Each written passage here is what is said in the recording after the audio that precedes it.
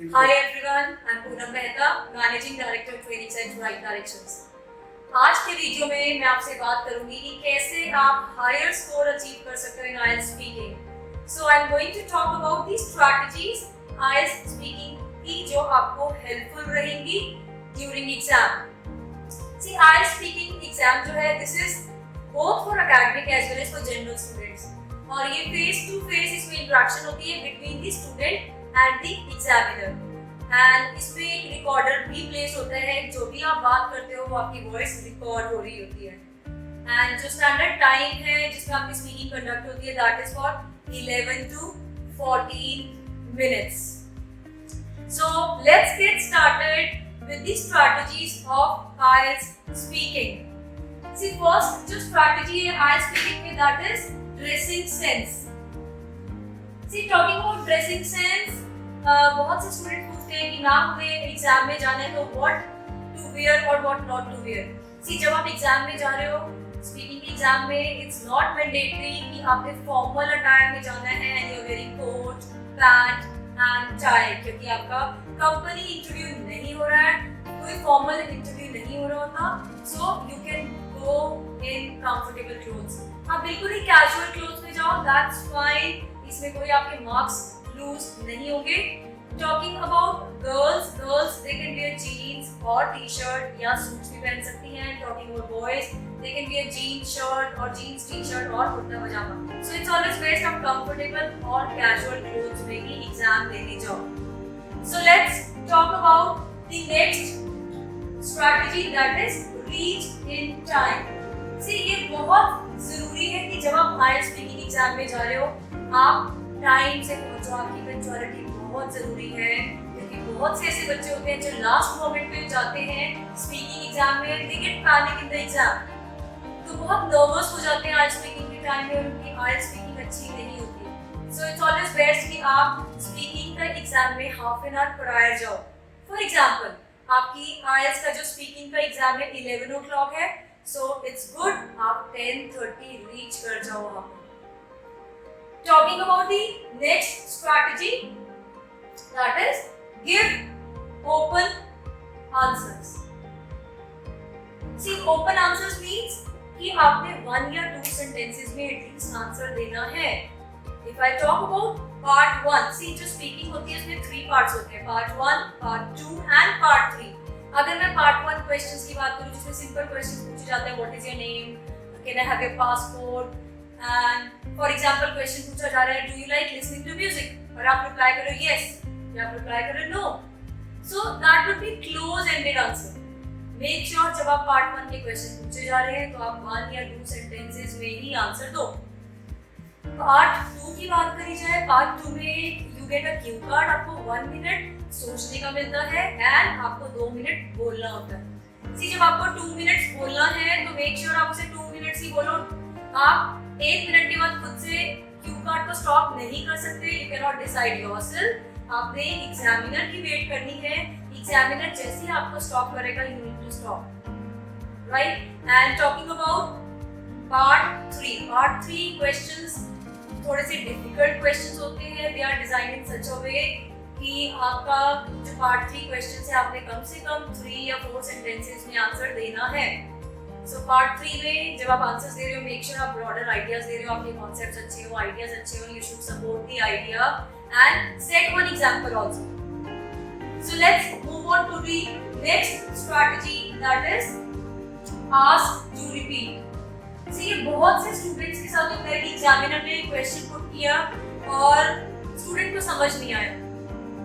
सो जब आपको क्वेश्चन समझ नहीं आया यू वांट कि एग्जामिनर वो क्वेश्चन को सेम रिपीट करे. आपने बोलना है pardon please or you can say can you please repeat the question. in case part 3 की अगर मैं बात करूँ part 3 questions की स्पेशली कई बार क्वेश्चन में 1 या 2 वर्ड्स आपको डिफिकल्ट लगते हैं या आपको उनका मीनिंग नहीं पता होता और इसकी वजह से आप आंसर नहीं दे पा रहे होते. सो एग्जाम में आप एग्जामिनर से मीनिंग नहीं पूछ सकते हो because examiner won't tell you the meaning of the particular word.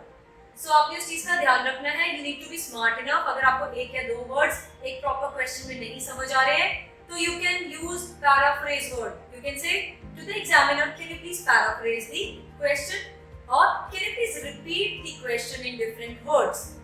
So this is your smartness कि आप कैसे question अपना repeat करा रहे हो different words में क्योंकि आपको एक या दो words समझ नहीं आए. So make sure do not ask meaning from the examiner because they won't tell you. Let's move on to the next strategy, that is do not speak too fast. See, जब आपको exam में answers देने हैं, you should not speak too fast as if you are about to miss the train. और आपने बिल्कुल slow भी नहीं बोलना कि as if you are driving the car at the speed of 20. So you should maintain the pace between your words and sentences. And आपको intonation का, अपनी फ्लुएंसी का बहुत ज़्यादा ध्यान रखना है क्योंकि आपके मार्क्स लूज हो जाएंगे otherwise. And it's always best कि आप ना ही ज़्यादा स्लो बोलो और ना ही बहुत फास्ट बोलना है. तो वो उस चीज़ को आपने बैलेंस रखना है. एंड कुछ चीज़ों पे आप जो स्पेशल वर्ड्स हैं आप उन पे एम्फसाइज कर सकते हो. You should emphasize in certain words, go high, come down, speak with style. So next strategy की हम बात करेंगे कि आपने कॉम्प्लिकेटेड वर्ड्स यूज नहीं करने हैं. सी बहुत से स्टूडेंट्स दे थिंक कि अगर हम कॉम्प्लिकेटेड वर्ड्स यूज करेंगे तो हमको अच्छे मार्क्स मिलेंगे. सी अगर आपको लग रहा है आप बिल्कुल कंफर्टेबल हो और आप इन बिटवीन स्टक नहीं हो रहे हो, अगर कॉम्प्लिकेटेड वर्ड्स या कॉम्प्लेक्स सेंटेंस यूज कर रहे हो, then you can use. But at times बहुत से students they get stuck in between the moment they start using complex sentences. So ये इट इज नॉट मैंडेटरी आप कॉम्प्लिकेटेड वर्ड्स यूज करोगे तो you will get marks. It won't harm your score. आप simple words use करो and accurate होना चाहिए आपका sentence. Next अगर हम स्ट्रैटेजी की बात करें, that is speak clearly. See there should be clarity in your words क्योंकि अगर आपके वर्ड्स में, सेंटेंसेस में क्लैरिटी नहीं होगी तो एग्जामिनर को समझ नहीं आएगा आप क्या बात कर रहे हो. क्योंकि जब आप बोल रहे होते हो तो आपकी वॉइस रिकॉर्ड भी हो रही होती है. एंड आपकी जो स्पीकिंग होती है, speaking exam is always being judged and analyzed by two examiners and accordingly you get the marks. So उस चीज का आपने ध्यान रखना है कि आप बहुत ही क्लैरिटी के साथ बोल रहे हो और जो आप बोल रहे हो it should be audible to the examiner. I mean to say वो सुनने योग्य होना चाहिए कि एग्जामिनर को भी समझ में आ रहा है, otherwise it will harm your score. अब अगर हम नेक्स्ट पॉइंट की बात करें, you should not memorize the answers. Because बहुत से स्टूडेंट्स आंसर्स को क्रैक कर लेते हैं and when you go for the IELTS speaking, examiner is not a fool. Examiner is highly experienced जो आपका इंग्लिश का एग्जाम ले रहा है. सो आपने बिल्कुल, अगर आप क्रैक वर्ड यूज कर रहे हो, examiner will catch you in fraction of seconds. क्योंकि एट टाइम्स स्टूडेंट्स ऐसे भी करते हैं कि they are saying something and talking to wall and after half sentence they get stuck. So it means they are just thinking कि आपका वो जो प्रीवियस सेंटेंस था वो क्या था, वो क्रैक्ड आंसर्स. तो एग्जामिनर बहुत जल्दी आपको कैच कर लेगा.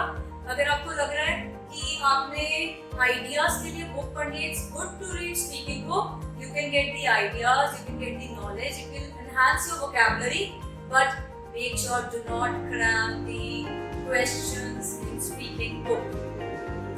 सो let's move on to the next strategy, that is follow the guidelines. I mean to say follow the marking criteria. See, IELTS speaking का there is a proper marking criteria जिसके basis पे examiner properly assess करता है student को, उसी basis पे examiner marks देता है. So make sure student का grammar error नहीं होना चाहिए, sentence structure आपका बिल्कुल fine होना चाहिए, एंड इवन कोहेरेंस और कोहेजन का भी आपको ध्यान रखना है कि आपके आइडियाज कैसे लिंक्ड अप हैं. एंड इवन टास्क रिस्पॉन्स का भी यू नीड टू कंसिडर कि आपका कोई एरर ना आए क्योंकि जो पूछा जा रहा है उससे रेलेवेंट आपने बोलना है. एंड प्रोनाउंसिएशन भी मैटर करती है स्पीकिंग में.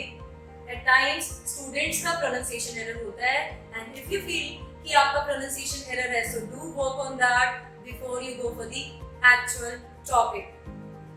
नेक्स्ट स्ट्रैटेजी है स्टे ऑन द टॉपिक. सी, जो आपको टॉपिक मिला है आपने उसी टॉपिक पे ही बोलना है. Do not go beyond the topic, do not go out of track, क्योंकि इसमें आपको टास्क रिस्पॉन्स में आपके मार्क्स लूज हो जाएंगे। Here comes the next strategy, that is do not be too formal. See, जो आपकी IELTS स्पीकिंग है, it's not like the writing exam, क्योंकि writing में आपने बहुत ही formal language use करनी होती है, but when it comes to speaking, you can use informal sentences also.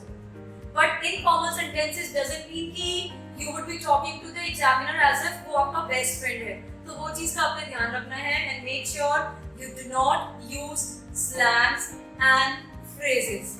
तो इन चीजों का आपने ध्यान रखना है। So these were my strategies which I shared with you and I hope आप इन्हें follow करोगे, और अगर आप follow करोगे तो you will definitely get higher score in IELTS speaking. So do subscribe my YouTube channel. If you like my video, just click on the bell button and do share and comment as well. So see you soon in my next video. Thank you.